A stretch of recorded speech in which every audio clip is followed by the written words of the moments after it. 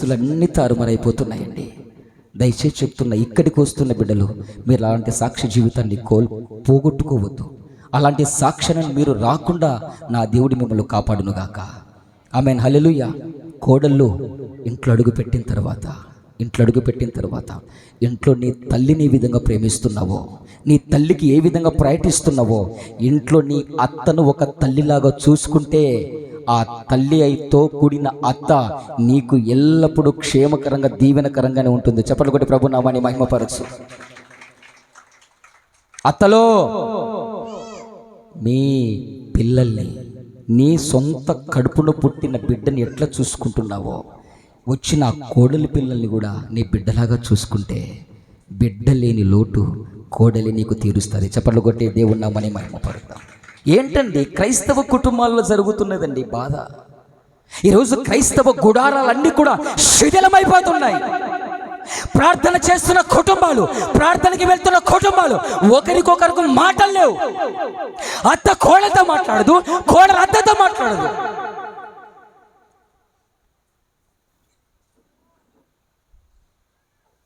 వాడి ముందర పిల్లాన్ని ఏమన్నంటే అమ్మ మీదకి ఇంత ఎత్తే గుర్తాడు. అది జ్ఞానం కలిగిన కోడలైతే, అండి తప్పు నాదేలేండి, మీ అమ్మది కాదులేండి అంటే వాడు ఎందుకంత తెగుడుతాడు. నేనేమనలేదు బావా, ఏమనుకున్నా మీ అమ్మ కూర్చున్నా అంటుంది, లేచినా అంటుంది, ఎప్పుడు నాకు వెళ్ళి ఉరుము చూస్తుంటుంది. బాబా నేను చేయడం నా వల్ల కాదు బాబా, పదాం పంగ యాడికి పక్క సంసారం. ఇలా కూర్చున్నాము అంటుందంట, లేచినాము అంటుందంట. తినేది అరక్కనా తప్పు చేస్తున్నప్పుడు అది తప్పయింది సరేలే అంటే అయిపోయా కదా. వాడు పొద్దున్నకులు బేవరాసగా తిరిగి వచ్చాడు, ఏ టెన్షన్లు పెట్టుకొని కొంపలే అది కాదని చెప్పి కొంపలేకి వచ్చానే మళ్ళా నువ్వు ఎక్కించి ఎట్లుంటుంది మనిషికి. ఆమేన్, హల్లెలూయా. అర్థమవుతుందా? క్రైస్తవ కుటుంబాలండి ఈరోజు వాడి గుడారాలన్నీ శిథిలమైపోతున్నాయి. ప్రార్థనా స్థితి లేదు. ఈరోజు నేను చెప్తున్నా, ఎంతమంది వారి అత్తలతో వారి అత్తలతో కలిసి ప్రార్థన చేసే కోడలు ఇక్కడ ఉన్నారో చెప్పండి. చేతులు ఎత్తండి ధైర్యంగా, మీ గుండెల మీద చేతులు ఎత్తుకొని చేయతండి. తెల్దా నీకు ప్రార్థన చేసేది? అత్తతో పాటు కలిసి ఎంతమంది కుటుంబంలో కుటుంబ ప్రార్థన చేస్తున్నారు? అత్తలు మీ కోడలతో పాటు కలిసి ఎంతమంది కూర్చొని కుటుంబ ప్రార్థన చేస్తున్నారు? ఇంకా మీ గుడారంలో బాగోళ్ళు ఉండాలంటే ఎలా ఉంటాయి? మీ గుడారంలో నెమ్మది ఉండాలంటే ఎలా ఉంటాయి? మీ గుడారంలో సమాధానం ఉండాలంటే ఎలా ఉంటాయి? అత్త కోడలు కలిసి జాకెట్లు కుట్టుకుంటారు, అత్త కోడలు కలిసి పనులు చేస్తారు, అత్త కోడలు కలిసి ఆ గులాబ్ జాములు, ఈ జాములు, ఆ జాములు, అత్త కోడలు కలిసి సినిమాలు శిఖర్లు అన్నీ చేస్తారు. అత్త కోడలు కలిసి కూర్చుని ఏనాడనో గంట ప్రార్థన చేశారా? ప్రభువా మా గుడారాన్ని బాగు చేయి, మా కుటుంబాన్ని బాగు చేయి, నీ రాకడకు ఎత్తబడే గుడారముగా నా గుడారాన్ని ఉంచయ్యా, నా గుడారంలో నీకు అసహ్యమైనది, నీకు అసహ్యమైనది, నిషిద్ధమైనది, హేయమైనది తొలగించయ్యా. ఎంతమంది అత్త కోడలు ప్రార్థన చేస్తున్నారు? కాళ్ళు ముక్త వాళ్ళకి చెప్పండి, ఎవరైనా ఉన్నారేమన్నా? సిగ్గుమానం ఉండాలండి కురవాన్న. అన్నిటికీ టైం ఉంటుంది, ఒక గంట సేపు కుటుంబంతో పాటు కలిసి ప్రార్థన చేయడానికి టైం ఉండదా? ఈ రోజు నుంచి ఎవరైతే కుటుంబ ప్రార్థన చెయ్యరో తిన్ని అన్నం కూడా వారికి అరగకుండా ఉండును గాక అన్నారు. చూడు ఆ మాట అన్నారు, ఆమెను అన్నారు. నేనంటున్నా ఆమేన్. దైవజనుడు అంటే జరుగుతుంది. ఈరోజు ఎవరైతే అత్త కోడలు కలిసి కుటుంబ ప్రార్థన చెయ్యరో కడుపు ఉబ్బరం పడుతుంది, మీకు తినేది అరగరు, మీకు ప్రార్థన చేసుకుంటే అరుగుతుంది. కొట్టు చప్పలు గట్టిగా యేసయ్యకి ఆ భయమని ఉండాలి కదంగా. ఆమేన్, హల్లెలూయా. అంత నిర్లక్ష్యమా ప్రార్థన అంటే? నీ బ్రతుకు క్షేమాన్ని ఇచ్చేది, బయటికి వెళ్ళి నీ భర్తను కాపాడేదండి, బయటికి వెళ్ళి నీ కొడుకును కాపాడేదండి ప్రార్థన, బయటికి వెళ్ళిన ఇష్టానుసారంగా తిరుగుతున్న నీ భర్తను కాపాడేదండి ప్రార్థన. క్రైస్తవ కుటుంబాల్లో ఈరోజు వారి గుడారాల్లో ఎందుకు నెమ్మది, శాంతి, సమాధానం కరువైపోతుంది? లేదు, ఈ అండర్స్టాండింగ్ లేదు, ఈ బాండింగ్ లేదండి. పెళ్లిగానోళ్ళు ధన్యులు, మీరు ఈ మాటలు వింటున్నారు. ఈ ప్రకారముగా మీరు నడుచుకుంటే ఎక్కడ అడుగు పెట్టినా అక్కడ కుటుంబాలు దీవించబడును గాక. కొట్టు చప్పలు గట్టిగా యేసయ్యకి. పెళ్లిగానోళ్ళు చాలా ధన్యులు. ఆమెన్, హల్లెలూయా. చాలా మంది నవ్వుతున్నారు నీకులా. ఆలోచన చేయి. ఎందుకు ప్రార్థన జీవితం లేదు? ఈ వ్యక్తికి ఎవరిని చూసినా ఆమెను చూసినట్లే.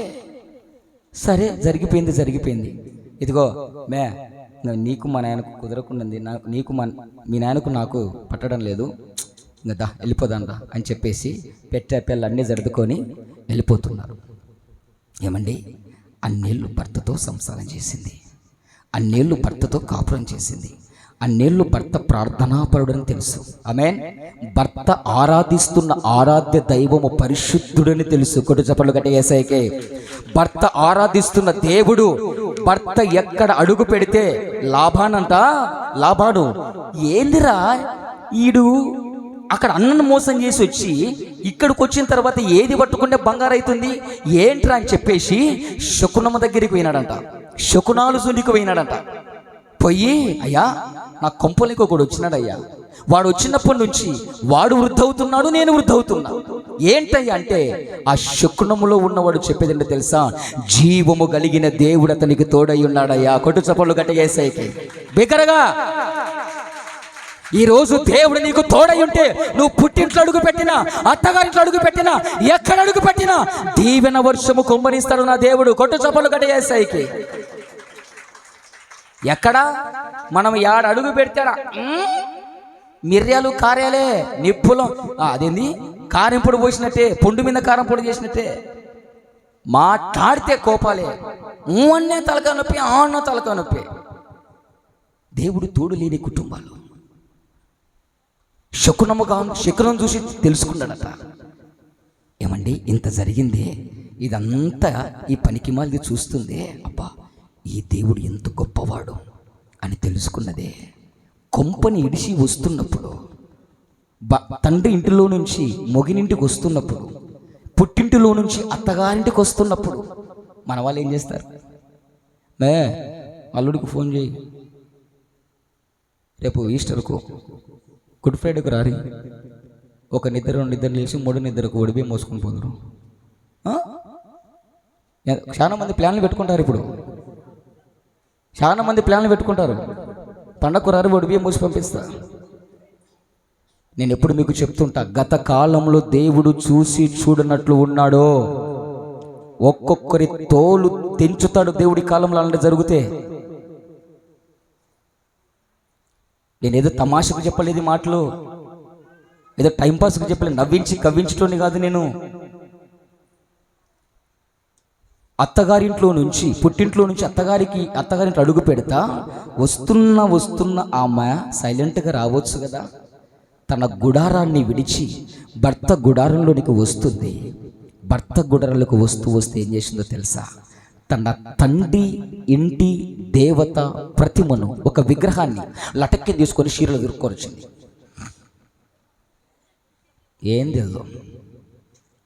ఏం తెచ్చుకున్నది పుట్టింట్లో నుంచి?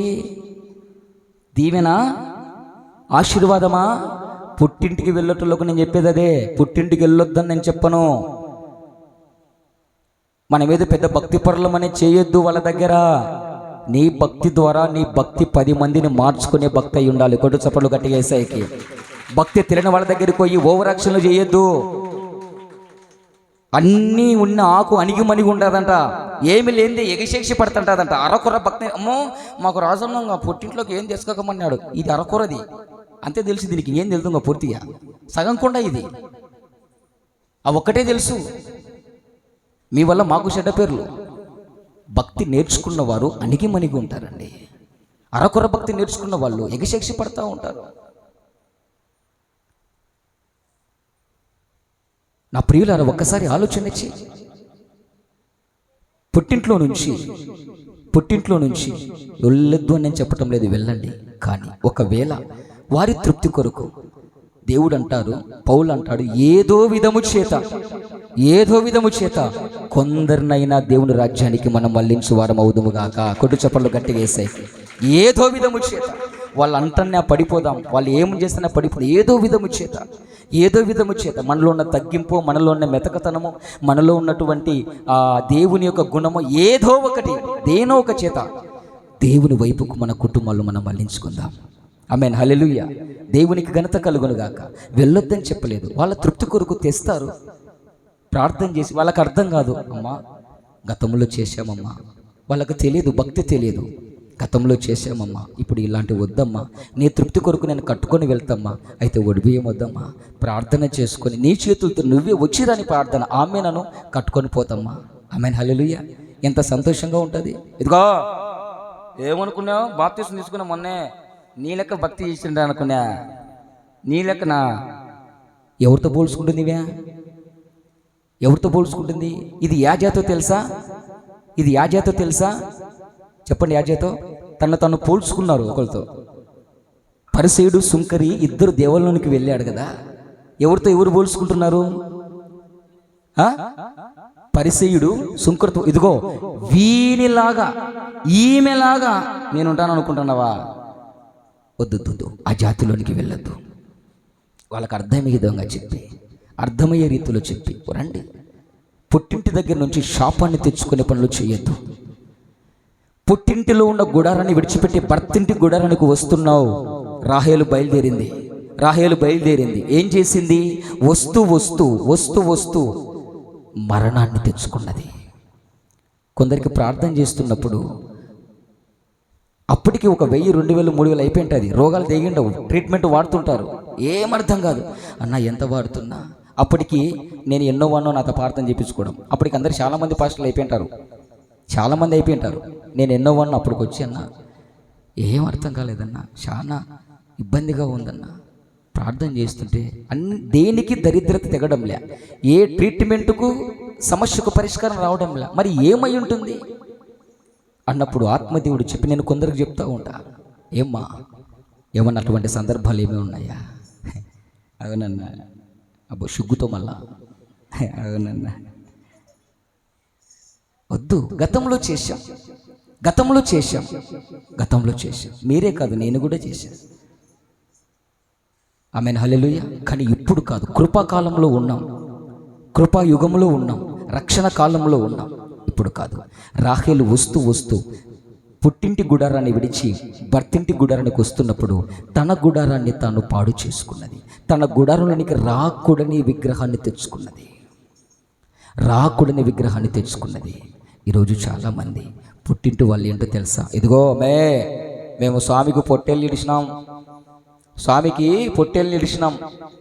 పేరు చెప్పి ఈడు కుమ్మలు దీనికి పేరేమో స్వామిది తినేదేమో ఈనాళ్ళు బావరు మంది తెంచుకుంటూ వస్తారు. ఇదిగో రాకపోయినావు అనుకో నీ ఇష్టం. పుట్టింటిలో ఎప్పటికీ కూడా శాపగ్రస్తం అన్నది ఉంటుంది, జాగ్రత్త. చాలామంది పుట్టింటి మీద మమకారం చంపుకోలేరు. వద్దమ్మా అని అత్త చెప్తే, వద్దమ్మా అని మామ చెప్తే, మామ మీద అత్త మీద నువ్వు నన్ను ఓర్వలే, నీవు పుట్టింటి నీ లెక్కనే కాదు నేను అని అత్త మీదకి వెళ్తారు. వద్దమ్మా, శాపగ్రస్తమైన స్థలమమ్మా, వెళ్ళకూడని స్థలమమ్మా అంటే వినరు. ఇదిగో రాహేలు తన గుడారంలోనికి మరణ సంబంధమైన స్థితిని తెచ్చుకున్నది, మరణకరమైన దాన్ని తీసుకొచ్చుకొని పెట్టుకున్నది. మరి ఈరోజు నీవు పుట్టింటికి వెళ్తున్నావు, వెళ్ళొద్దని చెప్పను. అక్కడి నుంచి వచ్చేటప్పుడు ఆరోగ్యంతో వెళ్తున్నావు, తిరిగి ఆరోగ్యకరంగా నీవు నీ పిల్లలు రాగలుగుతున్నారా? క్షేమకరంగా వెళ్తున్నావు, తిరిగి క్షేమకరంగా రాగలుగుతున్నావా?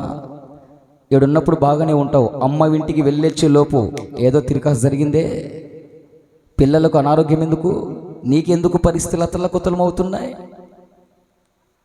ఆలోచన చేయి నా ప్రియ దైవ జనాంగమా. చాలు, ఈ 2 చాలు, నేను ముగిస్తున్నా. 10 నిమిషాలు లేట్ అయింది. ఇంకొక ప్రాముఖ్యమైన వ్యక్తి ఉన్నాడు, సరే వదిలేయండి. ఈరోజు నీ గుడారంలో ఏముంది? గెహజీ గుడారములో పరాయిది ఆశించని దాన్ని తీసుకొచ్చి తన గుడారాన్ని నాశనం చేసుకున్నాడు. రాహేలు గుడారంలో మరణకరమైనది తీసుకొచ్చి పెట్టుకున్నాడు. నెంబర్ 3, ఈరోజు 3వది. ఈ నెల మొదటి వారంలో నీ గుడారంలోనికి ఏది వచ్చింది, ఏది చేయాలని ప్లాన్లు వేసుకున్నావు? మందిరంలోంచి బయటికి వెళ్ళిన తర్వాత ఏమేమి ప్లాన్ వేసుకున్నావు? ఎక్కడికెక్కడికి ప్రోగ్రాంలు వేసుకున్నావు, ఎక్కడెక్కడికి ప్లాన్లు వేసుకున్నావు, ఎవరెవరితో స్కెచ్ చేసుకున్నావు. నీ గుడారాన్ని పాడు చేసేటువంటి పనులు ఏది చేసుకోవద్దు. నీ గుడారాన్ని పతనం చేసుకునే పనులు ఏది చేయొద్దు. దేవుడు అడుగుతున్నాడు, నీ గుడారంలో ఏమున్నది? నీ గుడారంలో ఏమున్నది? శాపగ్రస్తమైనదా, అపవిత్రమైనదా, హానికరమైనదా, మరణకరమైనదా, గెహజలాగా రోగాన్ని తీరని రోగమా, లేకపోతే రాహేలులాగా మరణకరమైనట్టుది నీ గుడారంలో ఉందా? ఏమి తెచ్చి పెట్టుకున్నావు నీ గుడారంలో? లేనిపోని పాప సంబంధమైన అలవాట్లు తెచ్చుకొని, లేనిపోని పాప సంబంధమైన అలవాట్లతో నీ గుడారాన్ని ఎందుకు పాడు చేసుకుంటావు? నీ గుడారాన్ని ఎందుకు పాడు చేసుకుంటావు? ఫైనల్గా ఒకటి చెప్తున్నా, ఈరోజు ఈ ఏప్రిల్ మాసం గత కొన్ని దినాలు, కొన్ని సంవత్సరాలు, కొన్ని నెలలు నీ గుడారంలో ఏమున్నాయో తెలియదు. ఈ ఏప్రిల్ మాసంలో నా దేవుడు నీ కొరికి ఎదురు చూస్తున్నాడు. నీ గుడారంలో ఉన్నవి ఉన్న పాటున వదిలేసి ఆయన గుడారంలోనికి నీవు వెళ్ళగలిగితే క్షేమకరంగా ఉంటావు, నిశ్చింతగా ఉంటావు. ఆయన గుడారము నీ కొరకు తలుపులు తెరిచి ఎదురు చూస్తుంది. రాగలవా? నీ గుడారంలో అపవిత్రత వదిలిపెట్టుకొని ఆయన గుడారంలోనికి రాగలవా? భక్తుడు అంటాడు, నీ గుడారంలో అతిథిగా ఉండగలిగిన వాడెవడు? నీ గుడారంలో ప్రియునిగా ఉండగలిగిన వాడెవడు? ఆయన ఒక గుడారాన్ని ఏర్పాటు చేశాడు. ఈరోజు నీ గుడారాన్ని వదిలిపెట్టి శాపగ్రస్తమైన గుడారాన్ని, అపవిత్రమైన గుడారాన్ని, హానికరమైన గుడారాన్ని ఇన్నాళ్ళు ఏది అలవాటు చేసుకుని నిన్ను నీవు పాడు చేసుకుంటున్నావో, నిన్ను నీవు శాపగ్రస్తంగా మార్చుకున్నావో, నీ గుడారంలో ఏమి ఉన్నాయి? ఉండకూడనివే వచ్చి ఉన్నాయి. ఉండకూడని కోరికలు, ఉండకూడని ఆశలు, ఉండకూడనటువంటి కామ, క్రోధ, లోభ, మోహ, మదమత్సరములు, అల్పకాల పాప భోగములు నీ గుడారంలో ఉండకూడనివి ఏవో ఉంచుకొని ఏమీ తెలియని వాళ్ళలాగా నువ్వు వచ్చి మందిరంలోకి వెళ్తూ వస్తూ ఉంటే నిన్ను నీవు పాడు చేసుకుంటావు. ఈరోజు నీ గుడారంలో ఉన్న అపవిత్రత ఈ ఉపదేశము ద్వారా నా దేవుడు తొలగించబడునుగాక. ఈ ఉపదేశము ద్వారా నీ గుడారంలో, నా గుడారంలో ఉన్న దేవునికి అసహ్యమైనవన్నీ కూడా తొలగిపోవునుగాక. మనల్ని పాడు చేసేటివన్నీ తొలగిపోవునుగాక. మనకు హాని తలపెట్టేటివన్నీ తొలగిపోవునుగాక. మన గుడారంలో ఉన్న వాటిని అన్ని వదిలిపెట్టుకొని జీవము కలిగిన దేవుని గుడారం వైపుకు మనం పరిగెత్తుదుముగాక. అట్టి కృప ఆత్మదేవుడు మనకు దయచేయునుగాక. దేవుడు ఈ కొద్ది మాటలు మన హృదయంలో పదిలపరచునుగాక. మోకరించి ప్రార్థన చేద్దామా?